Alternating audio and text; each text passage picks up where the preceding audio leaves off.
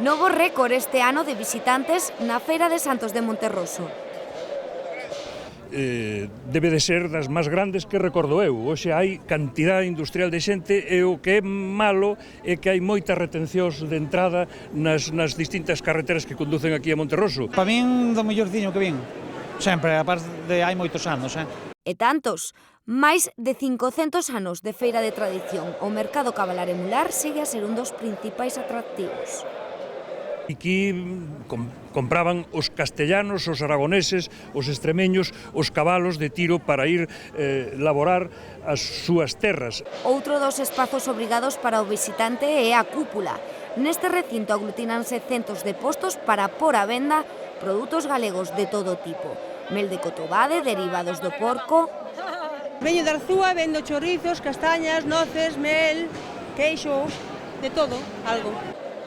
E os claros triunfadores do feirón, os produtos de tempada. A cada paso vendíanse castañas e noces, tanto en sacos...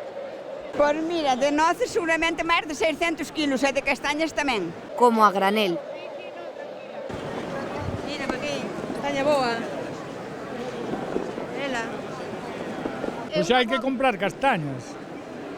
É o típico de ahora. O quilo de castaña podía variar do €1,50 aos 3. E é que neste enorme bazar de colores e contrastes bucease en busca do mellor prezo. Pois mire, viño comprar un queixo. Mire, 8,50. Justame duro. E que vendes barato, vendes moito para barato, sabes? Senón non vendes. Entre o bullicio, un comprador especial no posto dos queixos. O presidente da Deputación, José Ramón Gómez Besteiro, desafiou a báscula aproximándose a ollo o peso do queixo que se levou. 2,600. Porque a feira das feiras é mercadear entre posto e posto.